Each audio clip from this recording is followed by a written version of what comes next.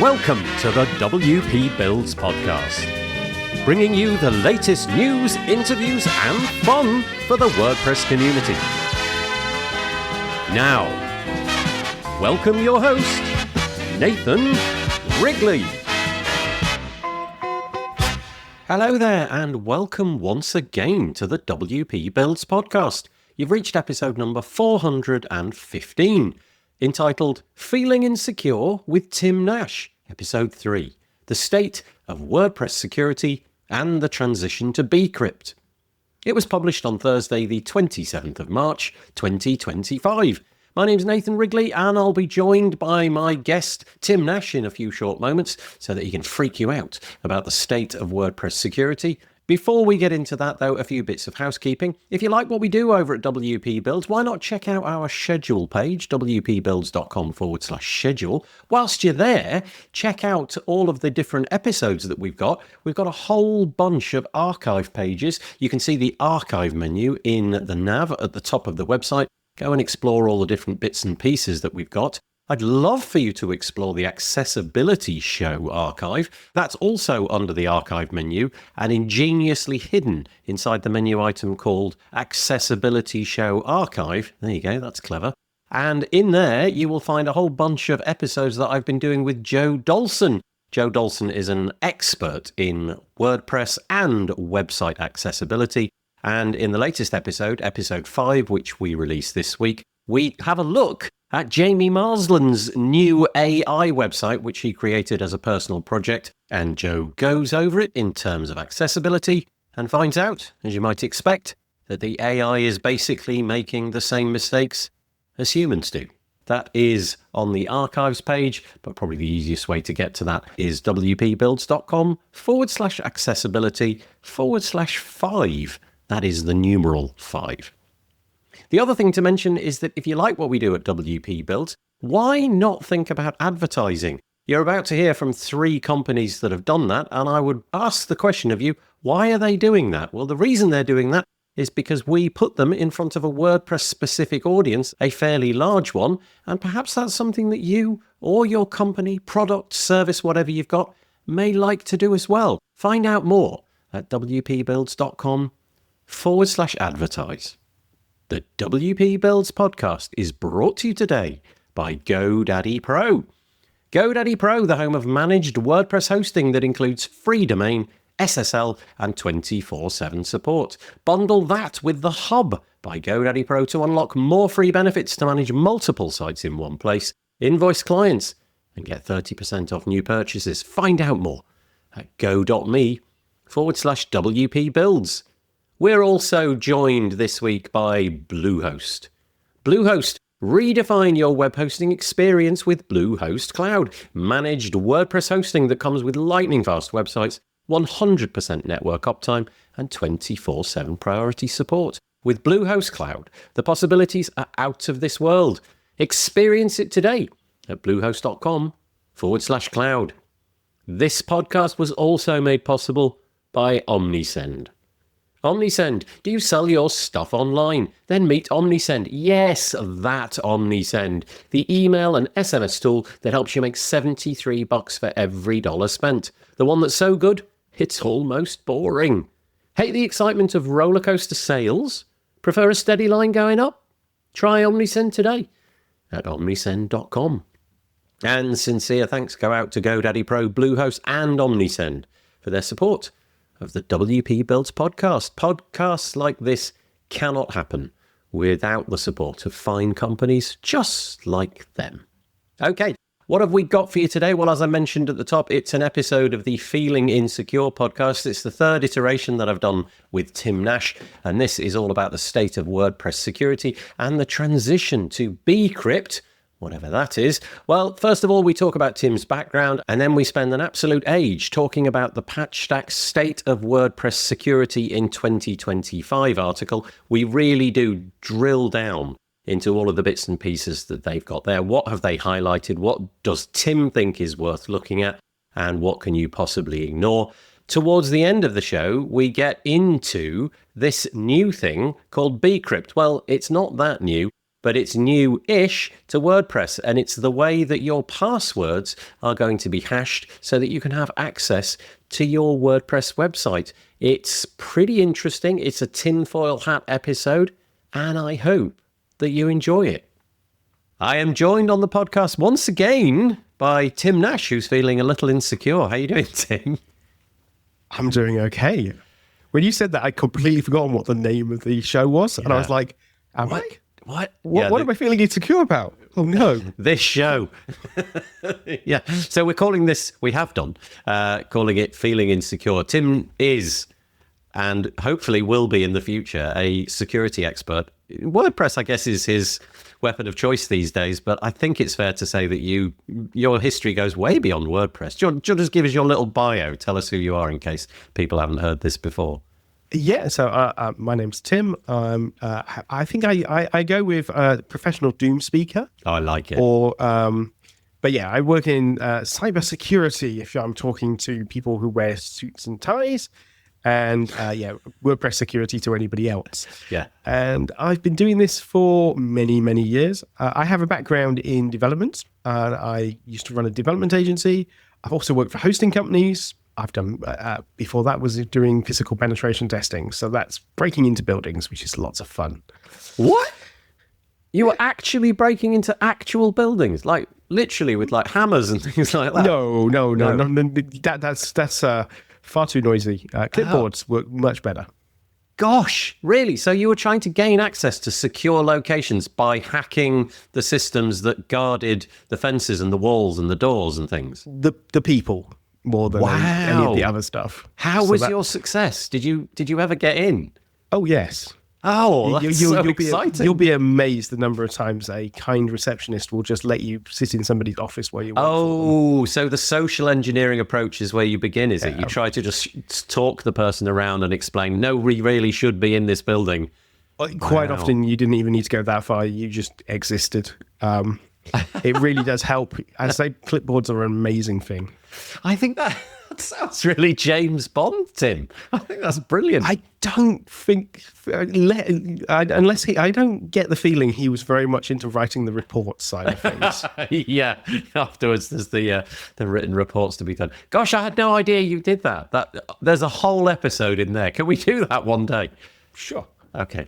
Today, though, we're going to be talking about a bunch of different things. We're going to primarily focus on a piece of content that was created by Patchstack over on their website. We'll get into that. And then, time allowing, we'll get into something dropping in WordPress 6.8, the way that your passwords are being hashed and stored. And then, never know, maybe there's a bit of time for some AI stuff at the end. But let's start where we should begin. So this is the Patchstack State of WordPress Security in 2025 article. I'll put the link in the show notes. But if you Google that, Patchstack State of WordPress Security 2025, and click the link, you'll get a very, very, very long page, which I'm guessing you have read and drawn the conclusions from. So it's over to you, Tim. Tell us what you found out. I mean, I think it's worth saying Patchstack do these every year and for the last few years. They're not the only people who do these. I think WordFence, which is another security company, WordPress security company, also published their equivalent. And a couple of the VIP hosting companies, VIP dev agencies also do their own statements on the state of WordPress security. It's a very long document. It's full of pretty graphs. It is very much meant for people who are perhaps in either management positions or to give a more generic overview. If you're a deep hardened techie, what's in here probably won't interest you as much. It's not full of tips and tricks and all that sort of thing. This is very much data and sort of laying out the landscape today. It's also worth emphasizing that Patchstack are a company who's discloses vulnerabilities. They both through themselves, they have their own research team who go and look for vulnerabilities in plugins, but they also provide a mechanism for other people who find vulnerabilities to disclose through Patchstack, and Patchstack will do all the communication with plugin vendors and theme vendors, etc. So they see a lot of the vulnerabilities. and they are responsible for reporting a lot of the vulnerabilities found in the WordPress ecosystem. So their document is really one to look at because it does give you probably the broadest view of what's going on right now. I think I quite like it for a couple of reasons. One of them, incredibly vacuous in that it looks nice, which I know is of no consequence at all. But when you're trying to, as a person like me who doesn't have the expertise, the fact that it looks nice keeps me going. So there's that. But also, I can actually read it. They don't tend to. Maybe you probably have a different opinion of this. Maybe it doesn't get into the weeds enough for you, given your background. But for me, it's just the right level of comprehensible English and difficulty, if you know what I mean. Somebody who's inexperienced can draw conclusions from it, whereas I've definitely been to other websites where, you know, they are really wearing the tinfoil hat, and I lose the will to live quite quickly because I simply don't understand. So, yeah. They get the balance right, I think. Yeah. There's a few, we're talking about prettiness. They have lots of graphs, and one of my favorite features is they've got a button that says download graph as image next to every single one of those graphs. Yeah, that's nice. And charts, which is great because if I then want to show a client something and I want to show them the data, I don't have to recreate it. And, you know, it's all branded up with Patchstack so I can give attribution. I really like that feature. Is it too simplistic? Obviously, getting the language of security right is a big problem. And one of the reasons that I like coming on shows like this is to try and express more complicated things in relatively simplistic terms to help people generally, not just keep gatekeeping. Because there's a lot of problems with security around this idea of gatekeeping, that only a few people have this knowledge, and we use our own language and our own terminology, especially if you then also mix in the compliance side and you're suddenly having to learn that a term that you thought meant something means something else in this particular set of ISO standards that you've never heard of. Yeah, that's right. It's kind of easy to forget that is the raison d'etre really for this show, that it is taking something basically incomprehensible to the vast majority of humanity, and it gets regurgitated and cycled around in your head many, many times, and you spit it out in entirely comprehensible language. So, yeah, that's what this is about, and I applaud you for doing it, because it's pretty thick. This whole article is basically 6 areas. One is a promotional bit at the top for Patchstack, and then we get into the bits and the pieces. But is your intention for this then to pick out the top level items, the bits you found most interesting? Yeah, there's obviously, this is a huge article. I encourage everybody to read it, but let's aim at some of the big things. Okay. And obviously their sort of headline thing is that there's been a massive increase in the number of vulnerabilities found. Now, it's important to remember that just because an increase in vulnerabilities is found doesn't mean that things are any less secure. These are vulnerabilities that have been found in WordPress core, WordPress plugins, and WordPress themes, and associated stuff. If a block is being delivered by your host, for example, that might be included in here. So while there's an increase in the baseline number of vulnerabilities, and what's more interesting is to look at those types of vulnerabilities that are occurring, and in many ways to be happy that we're seeing an increase in vulnerabilities being found. Interesting. Because that does sort of imply that we're finding more stuff, and therefore it's getting fixed. And if we're fixing more stuff, what we don't want to see is a big gap between the number of vulnerabilities found and the number of vulnerabilities patched. And if we start seeing that gap growing, that's the thing to worry about more so. So this idea that if we found, so there were 7,966 new security vulnerabilities were found in the WordPress ecosystem in 2024. That's coming from Patchstack. They say that's 22 new vulnerabilities a day. Now, 96% of those were uncovered in plugins, 4% in themes. That's interesting because this is a shift over decades.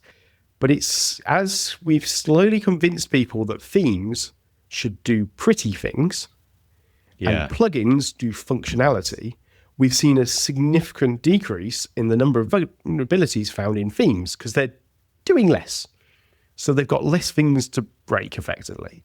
Whereas, so that's great. That doesn't mean if you've got a theme that's doing lots of things, maybe you've bought that not necessarily. If you bought a theme and you did so through a theme marketplace, and it does lots of things. Say it was a job theme, and it came with like a job manager thing attached to it.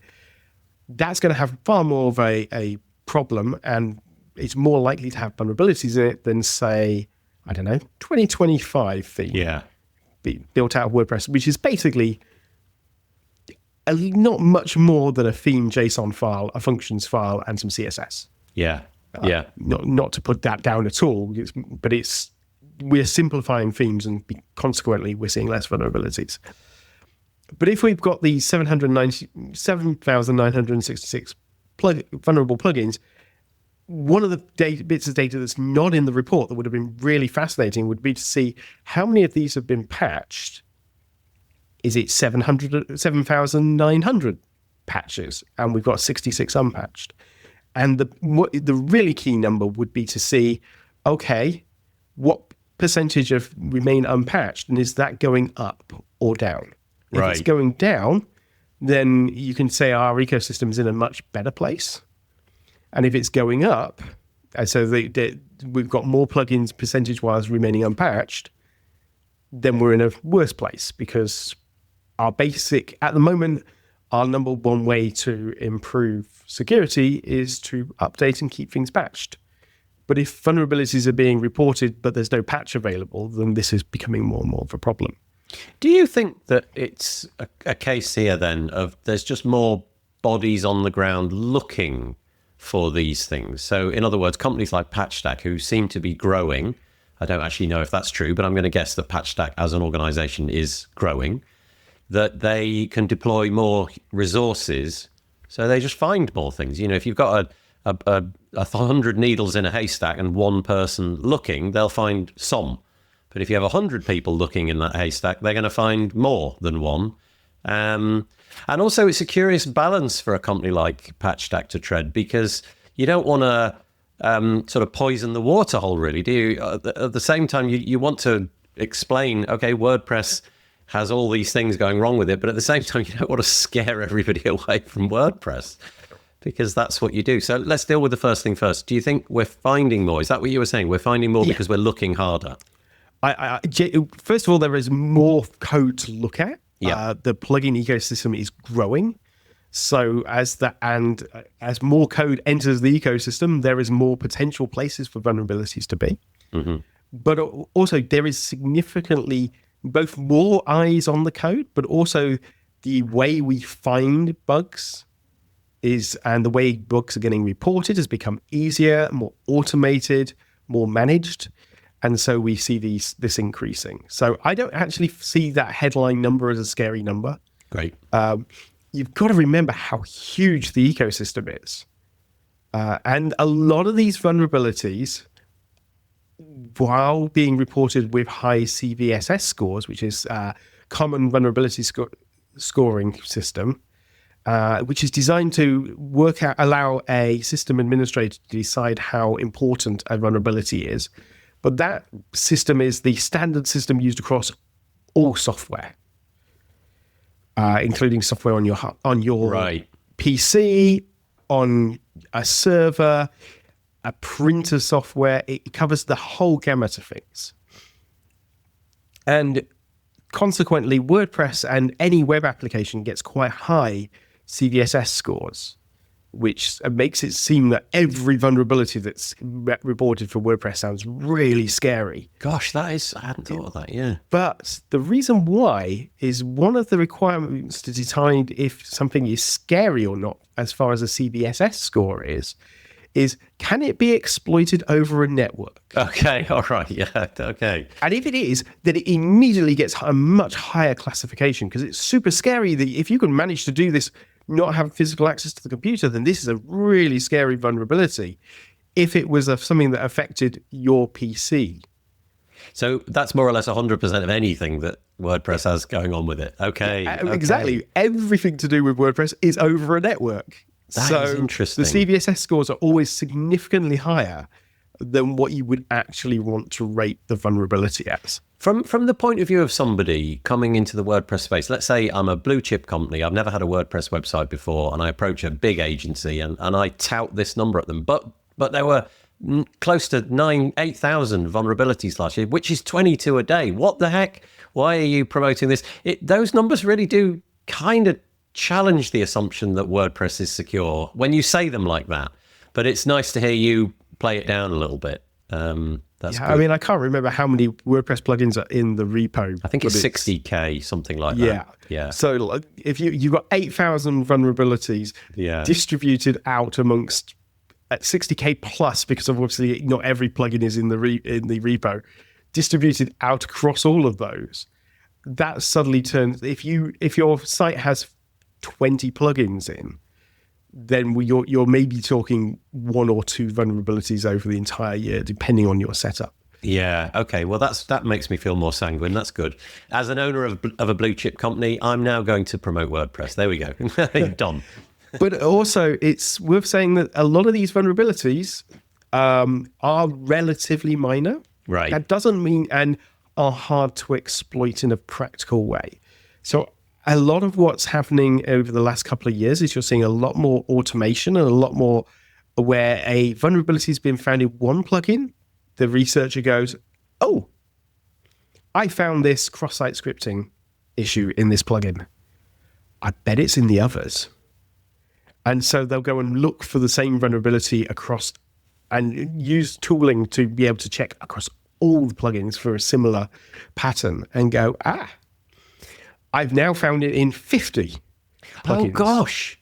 So all 50 then get, so we now have, instead of, a vulnerability researcher can go from finding a vulnerability in one and having one vulnerability chalked up to their name to suddenly having 50 vulnerabilities chalked up to their name through that one, finding it in one in the first place, because they can then go, can I find this pattern elsewhere? Got it. Say some sort of library or something like that that's being used in a multitude of different ways. Or just some coding pattern that's being used in some way. I hadn't thought about that. That's interesting. So quite often, especially with the low-hanging fruit ones, the very low ones, which tend to be, cross-site scripting is overwhelmingly the largest amount of vulnerabilities found.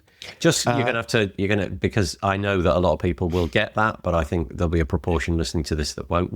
How do you define a cross-site scripting vulnerability? What does that do? What does it look like? Well, this is it. It can look very limited. It's basically having it in such a way that allows a script to run locally that appears to your Java. I'm going to come up with a better definition.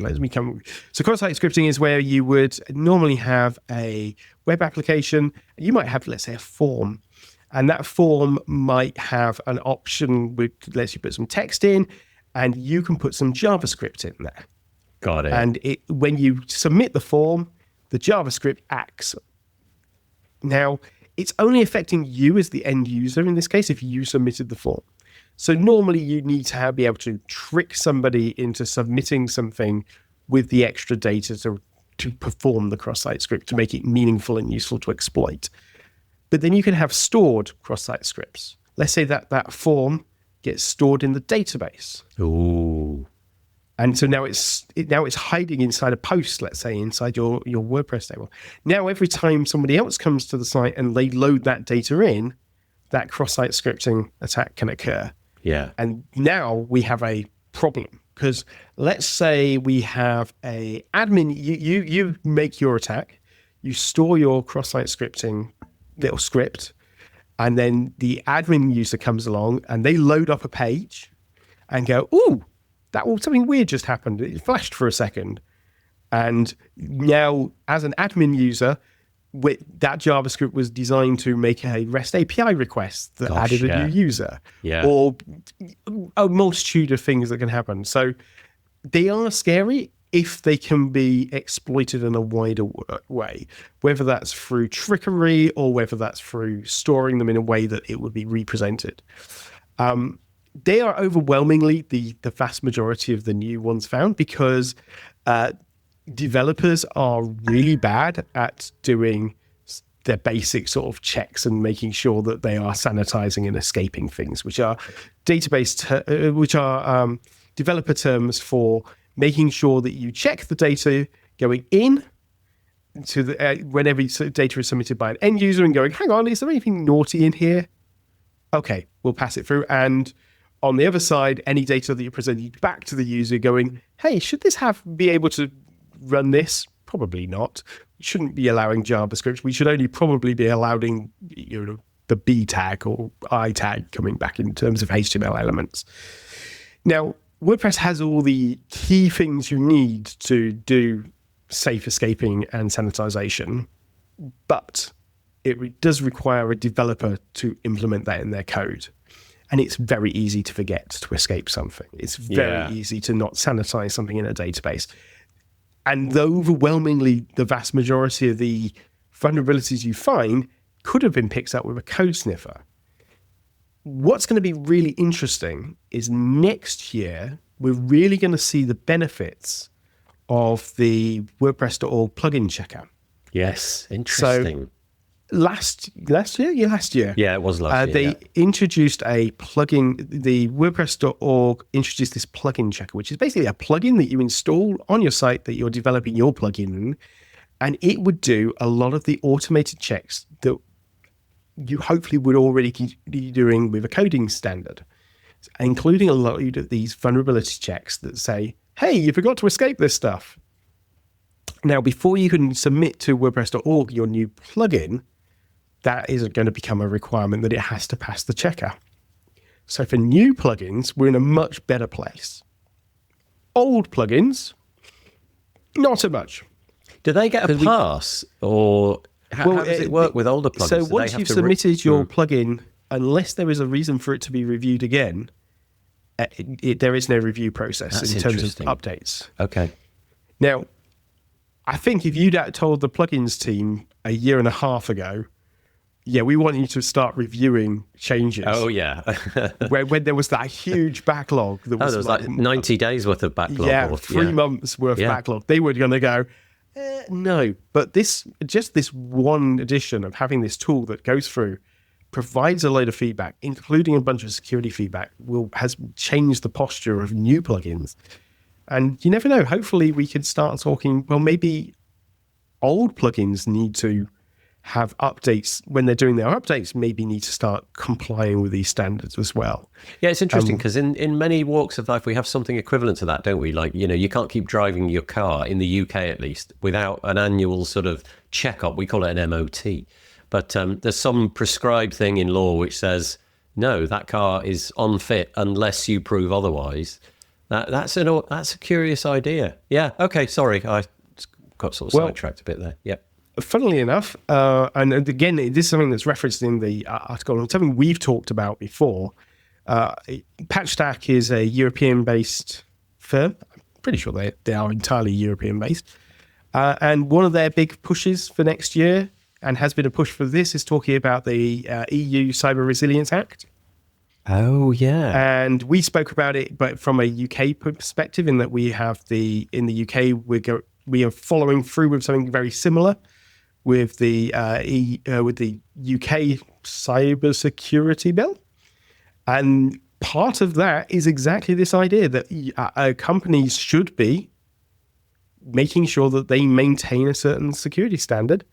And while it's not referred to as an MOT type event, that you should be regularly auditing code and regularly preventing vulnerabilities and regularly being aware of what vulnerabilities were inside your code base and knowing, like having a bill of materials for every part of your website. These are things that are going to become legally required in the EU and then in the UK and presumably in California about 5 years later in a watered down way, because that's how it goes. I feel there's a whole new industry about to emerge that will satisfy the needs of these requirements in Europe.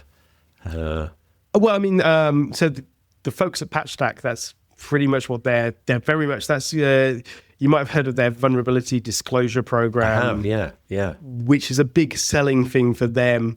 That is all to do with this. The language that they use, the terminology, it's all about making sure that you can tick the right boxes so that you can comply with the Cyber Resilience Act in the EU as it comes into law. So there is already a shift. And for myself, I'm also seeing more and more clients who are asking for very specific work done in using language that you're like, I recognize this language. This is definitely coming from a place of I need to tick boxes off because I need to be legally compliant in the next couple of years. I have a totally random aside question, right? So I'm just going to completely hijack the whole podcast here. So if you're so in the UK, we take our car to get this MOT, and then it goes off to a garage, a mechanic who is authorized to do the MOT. You know where I'm going. Who authorizes the person that gives the tick box, if you like, the tick? And how do we know that they're credible at what they do? So when you're saying, I've checked this website, as far as I can tell, there's nothing wrong. In your case, I'm just trusting that you know it because I know you. But the people that I don't know, how do I know that their credentials match? And how do I ensure that what they say carries the force of authority, really? Is always the problem that you're always going to find. Okay. The Wild West. It is a little bit. Okay. But in the UK, we do have industry standard bodies. So weirdly, cybersecurity in the UK at a sort of like government level is handled by an offshoot of GCHQ, which is our main one of our main spy agencies. Yeah. And they handle a lot of the passing down what the standards for security should be at a government level. As part of that, they have approved programs for penetration testers. And there is an industry body called CREST, which are basically I hate to call them a pyramid scheme. That's not fair. But they are one of these sort of bodies where if you pay them enough money, you get approved. But they do come with a set of substandards for the actual individuals. So as a company, you have to pay to join them. So if you're a big pen testing company, you would be a CREST approved pen testing company. Within that, though, the individual assessors need to have gone through some level of qualification requirements that CREST set out. Got it. And they have a set of courses, and you specialize in maybe your incident response team. You'll go on one of the CREST approved incident response team ones. Web application testing, you might go on one of those courses. So there is that. The problem is the bar to entry for that is quite high, and that it is quite an expense for a company to go and become a CREST approved supplier that's out of reach of a lot of the smaller businesses. So for your really big companies, and you'll find it in some government work, and some big companies will say, we need this to be a CREST approved pen test through a CREST approved pen tester. Then that's the route you go. For the smaller companies, that's possibly going to come back and they're going to go, I'm sorry, did you just say £300,000? Oh, at that kind of level. Gosh. Okay. Wow. I don't think I can afford that to get that from my one pen test a year. I'll come. Prices vary massively, but you can easily spend $500,000. It's eye-watering money. Yeah, which is understandable if you have eye-watering stakes. If you are a company that is running an e-commerce site and you have 500, 600, 700 million pounds going through, which the scary thing is there are Shopify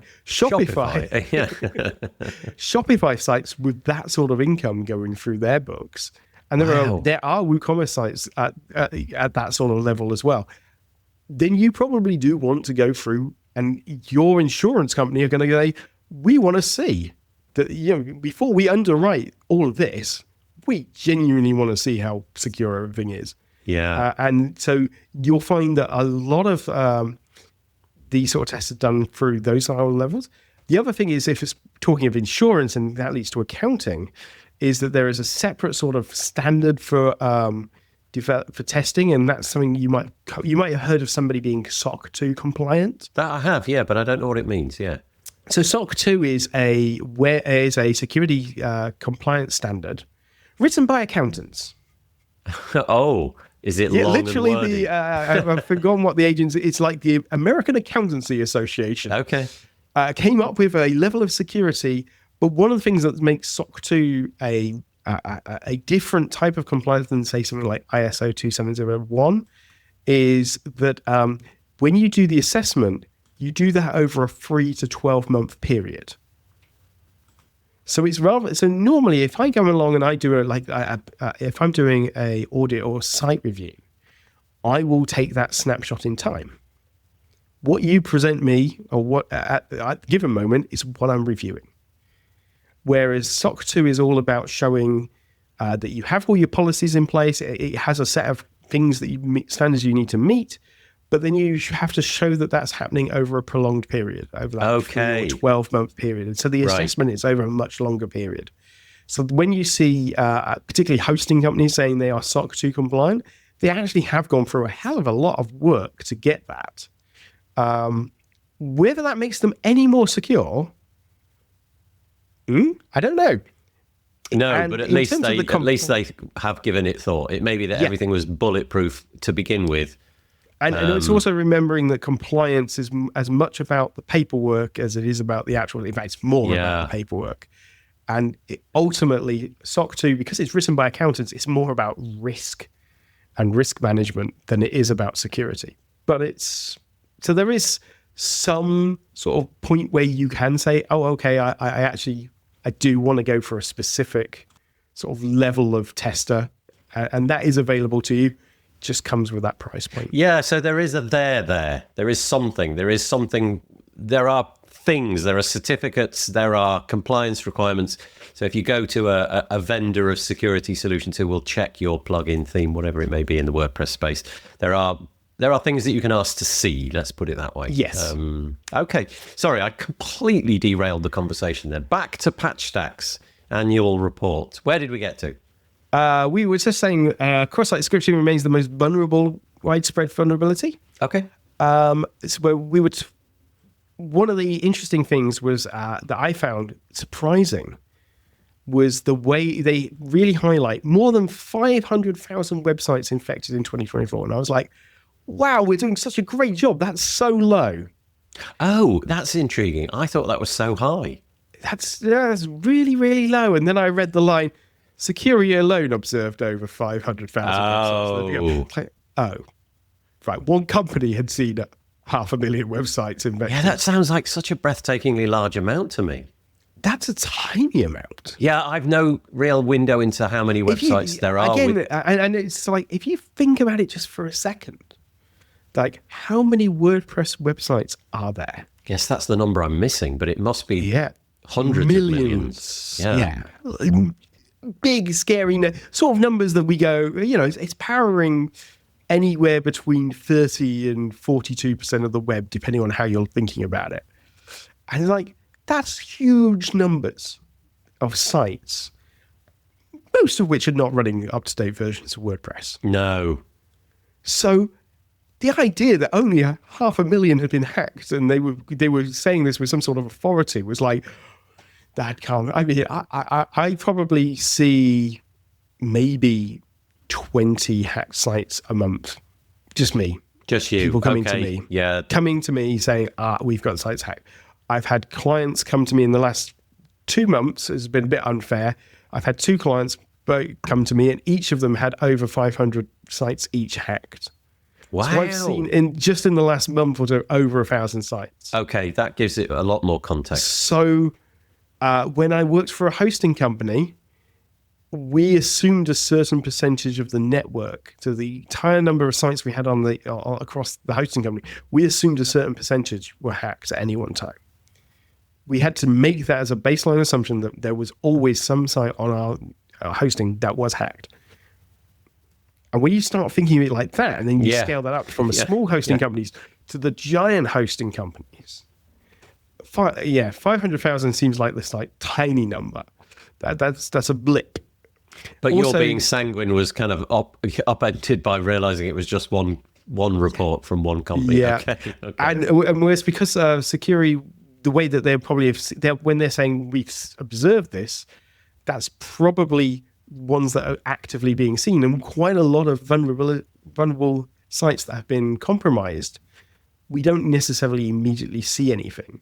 Yeah. They don't all just suddenly have Viagra pill websites taking over the front page. Okay, yeah, that's true. Something's going on in the background, lurking, sitting there, waiting for a moment, or just doing something ever so benign that you'll never see. Yeah. Okay. A lot of the times, it's worth emphasizing that while WordPress is the gateway in, most sort of bad actors are not necessarily looking to hack the WordPress site. They're looking for the server resources, whether that is to send email, use it for crypto mining, use it to attack other sites. Got it. All of this sort of thing. So there's a lot of the stuff we don't see. When we do see it on the front end, it is nearly always to do with like SEO spam. Sometimes you see like takedown pages. Occasionally you see card stealers, so card skimming exploits. Gosh. They're rare, relatively rare. They do still very much happen, but the vast majority is SEO spam. And again, this is something that's highlighted in the Patchstack report. And that's data coming from Security, and that's what they basically saw. Security's data includes a total of 422,000 incidents related to SEO spam. So of that 500,000 that they saw, overwhelmingly, most of that was spam pages being spun up in the sites. So just in an endeavor to drive traffic to another property. Exactly. So nothing, and I'm doing air quotes here, nothing harmful in that sense. Just, well, you know what I mean? It's kind of benign. At least they're not trying to get money out of your bank account and things like that. I probably didn't phrase that very well. But. And they, in this particular case, they are not even interested in driving traffic directly to the traffic. They're interested in getting Google to drive traffic upwards. Yeah.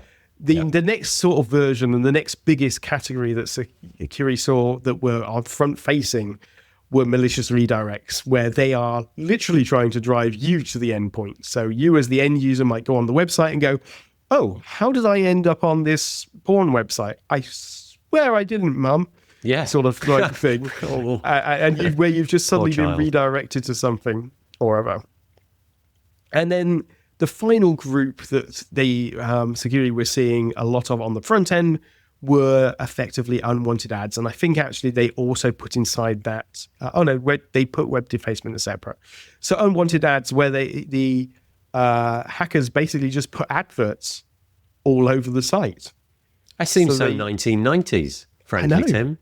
I mean, and the scary thing is, a lot of people who are site owners are going to be slightly tech savvy, might have an ad blocker on. Might take them a very long time to realize that their site is being served adverts. That's a really interesting point. Because who's going to tell you? No. Unless someone sends a random comment saying, God, I really don't like the way that you've put all those adverts on trying to make money off me. Gosh, what a thought. Yeah, that's a good point. So just somewhere in amongst the text is a banner ad of some kind, and it looks like, because that's what all the newspapers do, right? They just have banner ads all over the place. If you've gone on any of the major websites without, scrolling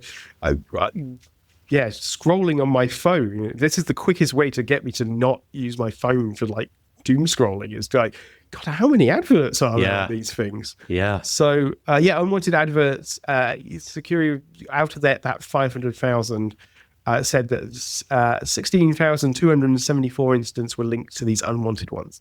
And of those, like one of the biggest ad networks for doing this was something called ProPush, which I'll be honest, I've never come across, but I'm not really into that space.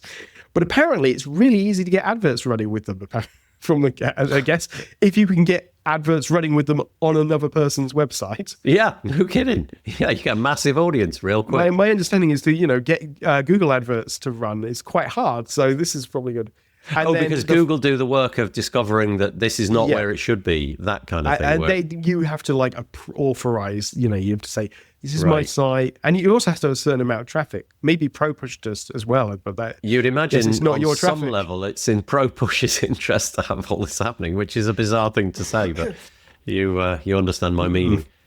Oh, and then the final category was website defacement. So I think this is where most people think of a site being hacked. I think so, yeah. Most people think of this as like that traditional anonymous style green screen takeovers and bits. But in reality, of the ones that security saw, that accounted for just 8,452 out of that 500. Yeah, 500,000. That's very small, isn't it? So basically, that's a tiny proportion. Yeah. But all of this represents just a fraction. Right. And that's just what they're seeing, not what's happening behind the scenes. So what they're not seeing is the sending out, using your server to send out tens of thousands of emails. What they're not seeing is the DDoS attacks. So it is an odd thing for me to sit there and go, wow. You're happy for the briefest moment and then dug in. That's really interesting, though. There's a ton of information in there, and a lot of that really fascinating. And it sent us on lots of little blind alleys as well, where you explain things like the CSV scores and the certification requirements. So that was fascinating. Okay, where are we moving to next? Well, I think we've got one last tiny little bit in Patchstack, and then I thought we'd go and do some fun encryption and math. Nice. Let's do that. So the last section I did want to cover was, again, another big bold headline, which is WordPress security needs new strategies. And it's an interesting, if we go right back at the beginning, and I said, one of the nice things about this is I don't really care about the how many vulnerabilities there are. I care about how many are patched. Okay. And the time to patching. So this section highlights that relying on updates is not enough to be safe. And the statement is, in 2024, 33% of vulnerabilities were not fixed in time for public disclosure. Now, that does mean that nearly 8,000, there's a fair chunk of those 8,000 that apparently didn't get a patch before they were announced as being there. What's the period of announcement there? Is it like 90 days or something like that? It will depend on how the researchers and everybody's communicating. Okay, so there's not an industry standard around that. No, and sometimes researchers can be quite, I am going to release this tomorrow. Why do they do that? Is there some sort of fame element to that? Do they get something out of it? There is a little bit of that. There's a little bit of I'm telling you this and then I'm publishing it. It depends on what the person wants out of this. There is a little bit of blackmail associated with that as well. Okay. If you don't engage with me, I'm going to get this published and you're going to look bad. Yes, which I guess in some level is an effective strategy, but not necessarily good for the end users. And potentially, if it is actually combined with true blackmail, if you don't engage with me, I'm going to tell the world about this and tell them and make you look bad. But if you give me some money, I'll give you 90 days. God, now, humans can be terrible. Absolutely clear. That's not something that somebody like Patchstack would do. That's what an individual bad actor would do. Again, sorry, I derailed it. But so there's no fixed industry standard on that, but it would be nice if there was and it was a reasonable amount of time. But nevertheless... for a lot of these, they will have been given plenty of time. Okay, so 33% not fit. Wow. What we don't get is whether in the document is whether this is up or down over the previous year, which is a shame because that would be really the interesting figure. That's the one that would tell us whether we're winning or succeeding. But also, it doesn't indicate the classifications. Now, if like 100% of the highest priority vulnerabilities were patched, and 70% of the really, really low ones that can't be easily exploited weren't patched within that period, that's great. If we're actually in a position where across all sort of like the levels of scariness, all of them were at roughly a third, that's not good. And what I suspect is when we were to dig into the data, we are going to find that the higher risk vulnerabilities did have a higher percentage of those being patched before their vulnerability was being announced. And that one of the reasons for this particular figure is because of the low-hanging fruit where somebody has gone and found 500 plugins all have the same error, but it is really hard to exploit and it's really low. But they are technically a vulnerability and therefore classified and therefore been pushed out. One of the things I do for my clients, and one of the things that's a main strain of my job, is reading the vulnerability reports and deciding if they're vulnerability reports, which sounds really bad because somebody like Patchstack will publish something and I'll look at it and go, okay, that is technically a vulnerability. There is a problem, but I'm not going to ask my client to stand on one leg, pat their tummy and their, and their head at the same time while singing the national anthem of a small country. So therefore, this can't be exploited. The risk is so low. We don't need to worry about this. We'll put it over in the corner. It's a theoretical exploitation, but a lot of dominoes need to fall for it to actually happen. Versus, if I type that URL in, I get full control of your WordPress website. Okay, we'll prioritize that. Quick, ring the bells, fire. That's important. We fix that straight away. And providing, it's strange how that, for me, is a service. That's one of the services that I offer, is translating vulnerability reports, which I think also is damning on vulnerability reports and the fact we are getting vulnerability fatigue, where we report all of these low issues, and it's not helped by when we're talking about the CVSS scores, which, to their credit, Patchstack do try to avoid by introducing their own priority scoring system. But if we're getting lots of low vulnerabilities, people see these figures, they give up and go, oh no, it's all overwhelm. So the thing that I want to say more than anything is rely on updates. Updates are, they might not be enough, but they are still critical. Yeah, it's interesting language the best that they thing use, to isn't do. it? Yeah, they've said relying on updates is not enough to be safe. But I suppose the sort of subheading to that would be, but it's quite a bit. Yeah.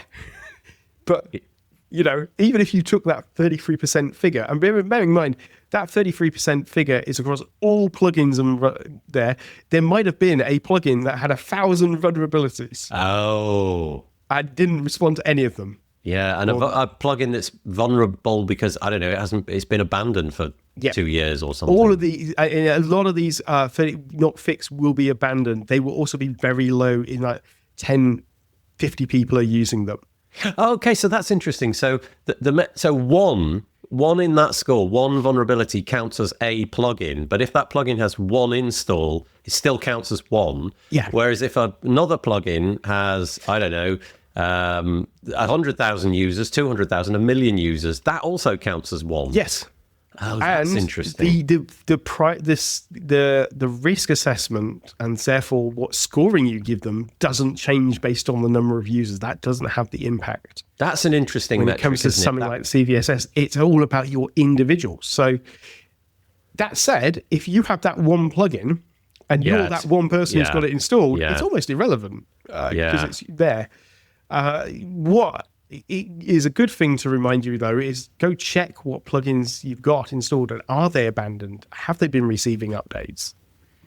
Are you getting notifications? And if you're getting notifications that you've got plugins that have vulnerabilities and there doesn't appear to be an update, that's something to be really looking at. If there's been several updates since that vulnerability was announced, that's a good sign. That makes me think, okay, maybe they've done some risk assessment, they've thought about this, they've decided this is low-hanging fruit.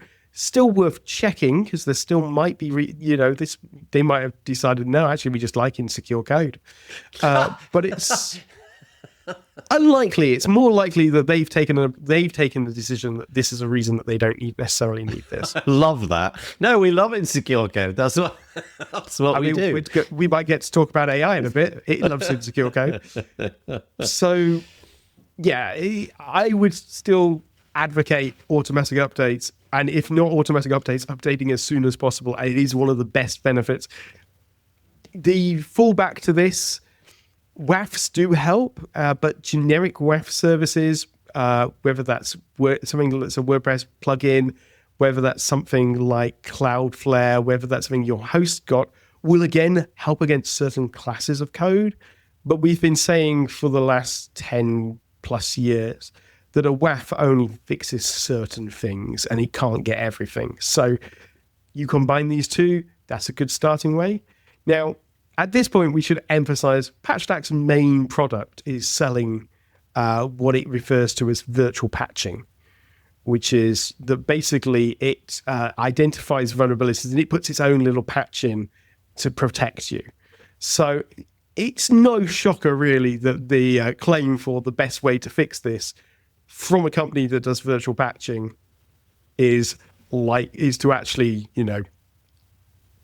do virtual patching. This is that. Use what they got. Yeah. That's not a surprise.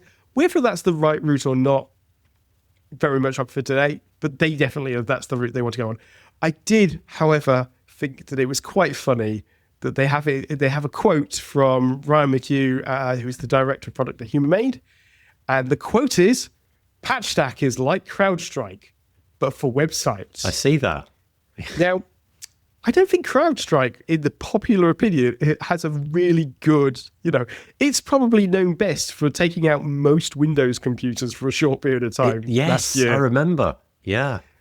It's not something I would be putting as my advertising slogan. Patchstack is like a thing that broke the web. Okay. Yeah. So you'll be reaching out and helping them with their PR. Shall we move on from that then? I think so. Sort of done the Patchstack thing? I'll just drop the URL once more, or rather the title of the post, just in case you want to get it. But it will be in the show notes. But it's go for Google and then go Patchstack. State of WordPress security in 2025. No doubt that'll get you the result, but if not, it will be dropped into the show notes. Right, time allowing. I don't know that we will get to the AI, in all honesty, this time, but don't worry, because the AI conversation is going nowhere. We can do that on episode 4. But let's move on to the honestly super interesting, I think, bit about hashing versus encryption and what's coming in WordPress 6.8, because I understand on a very, very, very high level what's going on here, but the weeds of it are kind of interesting to me as well. So what is shipping in 6.8, WordPress 6.8? I feel we just need to put a disclaimer. We are not going to go into the math. Oh, thank goodness. Right. We'll stop several I'm going to put my crayons and pencil away. Yeah. So WordPress 6.8, it has got possibly the biggest change to the underlying code base that we've had for some time in WordPress. Oh, okay. And it's probably one of the most significant changes in terms of potential things that might break, though they are very confident that they will not, which I'm really pleased at. And the amount of testing they've been doing is fantastic. But WordPress 6.8 is going to change from using encrypt to bcrypt for password hashing. Now, you're probably there going, okay, I understood the word password amongst that. Right, exactly that. Yeah. Yeah. So the way that WordPress and most web applications work is that when you put in your password at the very beginning, when you set up the account, WordPress goes, oh, you've given me a password. I probably shouldn't store that in the database in plain text. Good idea. Based on what we've been talking about for most of the show, there's quite a high chance that someone might at some point have access to that data. Yes. Based on the number of sites that get hacked. So let's not store that in plain text. Let's store that in a way that a bad actor, if they got the password, couldn't do anything with it. Now, the way we do that is through hashing. Now, hashing and encryption have very similar concepts, but are very different things.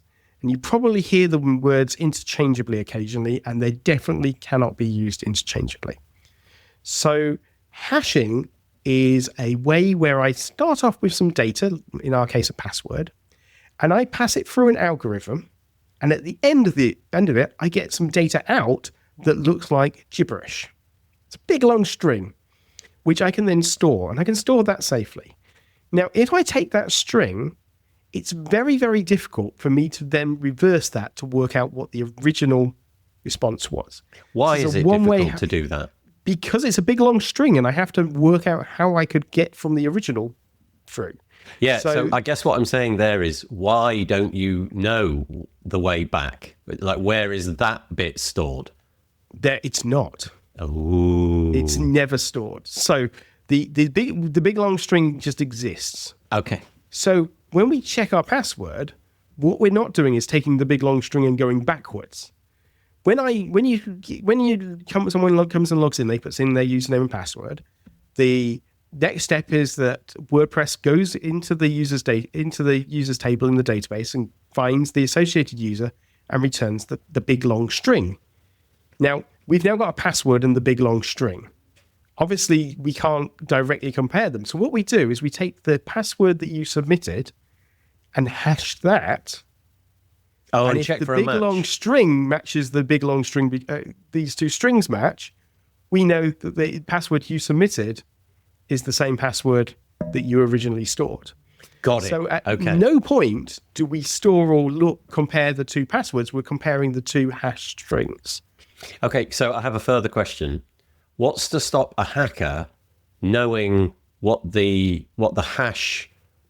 process of hashing will output? How is it not possible that they could, let's say that was, okay, my ignorance is going to come out in spades here, but here we go. What's to stop somebody stealing the thing which conducts the hashing? So in other words, that they themselves could go, no, okay, as I'm speaking it makes sense. Okay, carry on. I've got it. Okay. Well, the answer is they can and do. Whenever you hear about password dumps, these are not of hashes. But that's a brute force thing, right? There's no way of sort of circumventing that process. You just have to guess. You might have this big list of hashes and you know how it was hashed. Yeah. You even know the algorithm that was used. And in this case, the big change from 6.8 is going from encrypt to bcrypt, which is just changing the algorithm used to hash those passwords. Yeah. And decrypt is a significantly harder algorithm to crack than encrypt. So if I was in that process and I wanted to crack that password, I would have to just go through a process of try this, doesn't work, try this, doesn't work, try this. So it's the security comes from the length of time and inconvenience and cost that is associated with just going through that process until I find a match. No, you're shaking your head. No, you are right. Oh. It's the more than inconvenience, it is the sheer time. It's like thousands and millions of years, this kind of level. Let's imagine just for a second, if I had a password that was a character length of 1, well, and you knew that my password was a character length of 1, then you have, and you knew it was purely just letters. Okay, so I've got 52 possibilities. Yeah. Right. Now, if we add in numbers and special characters, that's increased significantly. Now, if we're letting, non-Latin language characters in, we've increased it even more. That's for 1. So you, as a brute force, have to go through and try each one of those in combinations. Let's say that you can return that in a fraction of a second. You've got a big, beefy computer that can do this in a fraction of a second. Cool. Now we've had 2 characters. Oh boy, it's logarithmic, isn't it? It is, yeah. So you are, if you were to see this in a graph, you'd see this curve shooting up into the sky, getting steeper and steeper. Okay, then it somehow the more characters you add, it's like the length of time it will take for the universe to sort of equalize its energy. It's just, the heat death of the universe amounts of time. And over the years, we have slowly but surely convinced people that started with 6 characters minimum. That's a bit rubbish. 8 characters minimum. That's a bit rubbish. 16 characters minimum. I'm using a password manager and it allows me to have 32 characters in a random string. Okay, good luck trying to break that through brute forcing. Right. Most people's passwords today fail not because somebody is brute forcing by guessing the random character string. What they do is they get known passwords and check against those. Right, so things that have appeared somehow they get hold of my password for this thing, that goes into a database which gets circulated amongst all these people. So they just try those ones. Exactly. So if your email address turns up in a password database dump, and it did turns do out that, by the way, and it turns out that you used the password myprincess123. What the heck? I know. Don't say those words. And then you decided that you really couldn't cope with multiple passwords, so you use myprincess123 on every site you've ever logged into that required you to put in a password. Yeah. That it's very easy to work out what your password is on your WordPress site because you go, oh, it's myprincess123. However, even if you were to just slightly manipulate that password, it would be significantly harder. If someone was targeting you, they might go, well, okay, Nathan's a creature of habit, myprincess1234. Sort of thing. They'll just work out. They'll work how my out mind works. But nobody's really targeting you as an individual. No. I get it. Yeah. Most of the time, this is automated. They'll try passwords that they know with combinations of emails that they know. They'll also look for common passwords that turn up. The reality is, if you have an uncommon password and you make them unique and long, it's really, really difficult to break into these things. Okay. Now, I got to ask then, if it's so difficult, why are we changing it? Because, like all things in life, we started off with things like SHA-1, and we were like, this is really secure and sophisticated. And there aren't giant supercomputers that can work backwards. So up until now, we've worked on the assumption you cannot go backwards from this. But there are it is a mathematical algorithm that does to do that, to make it so that it stays the same. You get the same response each time you hash it. Over time, we started with like SHA-1s and older hashing algorithms, and we said, they can't be. If you throw enough sheer power at this problem, you can work out how you can break backwards. So you don't need the original password to work it back. Okay, so hold on, just to understand that. In some cases, it's possible not just by brute force to figure it out. There is, like in the example of SHA-1, there was an algorithmic way of getting it right 100% of the time, no guesswork required. But you need a significant computing power to do that. But still, some people have that, right? Yeah. Yeah, okay. And so it's broken. The minute somebody's got it, it's useless to everybody. Potentially. And so over time, we started at MD5, we went to SH1. We've now reached the point where theoretically, mcrypt could potentially be broken. And theoretically, so could bcrypt. But each time we do this, the big difference between bcrypt and mcrypt is the adoption of bcrypt hardens the security by increasing the computational cost of cracking it even more. So we're basically making this harder and harder and harder, require more computation just to be able to do this, to break these algorithms. So this switch is theoretical. Your website is in no danger of having your passwords cracked, except through common guessing route right now. But there is a potential, and we are living in an age where there is a lot of compute power, and we could see this being broken. So right. The move, so I guess if somebody's figured out a theoretical, I don't know, maybe that's based upon the amount of compute power on planet Earth or something along those lines, then you've drawn a straight line between, well, this is an idea to, well, there's a horizon in which that is going to happen. And Moore's law, this stuff happens, right? Give it enough time. If you don't change the mcrypt to the bcrypt, I don't know what that horizon is. Maybe it's 1 year, 10 years, 20 years. The point is it's getting closer every day that passes. You have to move in order to just stay ahead of that theoretical horizon. Yes. Okay. So this is why we're making the move. Now, there's a lot of people who will go, well, hang on, bcrypt's already old hat. And that we already have other standards, and the industry standards closer to Argon and Argon 2, which are a whole new set of algorithms and ways to do hashing. And the answer is yes, but also no, because you have to go with the lowest common denominator that is available across the most hosts possible. Got it. Okay, so we're constrained. We're constrained by the hardware people have actually got available. Yeah. So every host and pretty much every host who is running some sort of Linux system that is from the last years, and I can't, off the top of my head, I don't know what it is, but it is a long time. We're not talking like in the last 2 years. So if you've got an OS that's been running, that's a Linux OS that's been running for the last 5-10 years, it will have bcrypt enabled. It might not have Argon enabled. The version of PHP you're using might not have Argon enabled. So there is a practical benefit thing where we're like, okay, we can't necessarily rely that Argon will be there. So you have to use the best, most widely available, and that is bcrypt.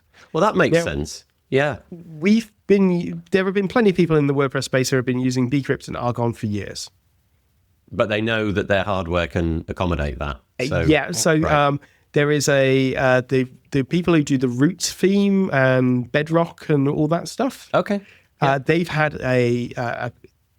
basically had a plugin that allows you to replace the PHP pass library, which is what WordPress uses, with the default PHP library, which is one of those sad ironies that at one point WordPress was ahead of the game, and we brought in a library called PHP pass that supported at the time encrypt, and it was really fancy.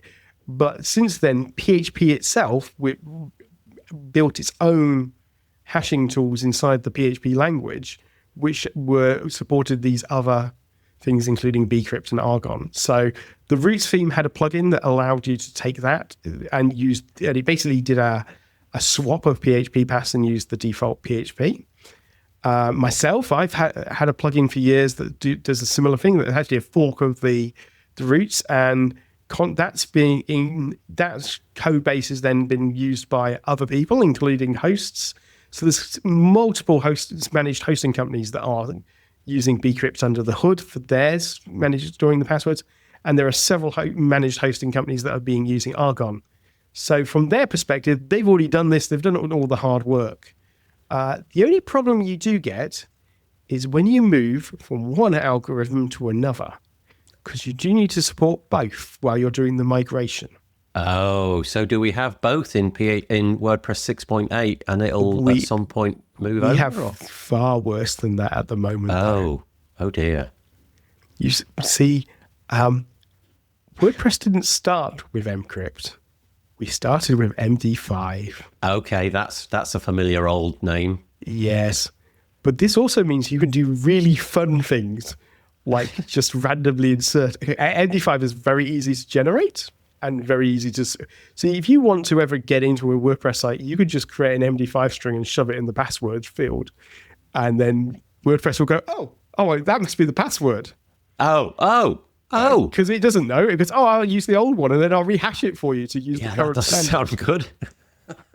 And we're going to be in exactly the same situation for this. Basically, the first time you log in, it's going to try and decrypt. They're going to do the hash using decrypt and go, that didn't work. I'll try the same doing this. I'll try and hash it using encrypt and see if it matches the string. Oh, it does. Right, I'll take the password you've given me.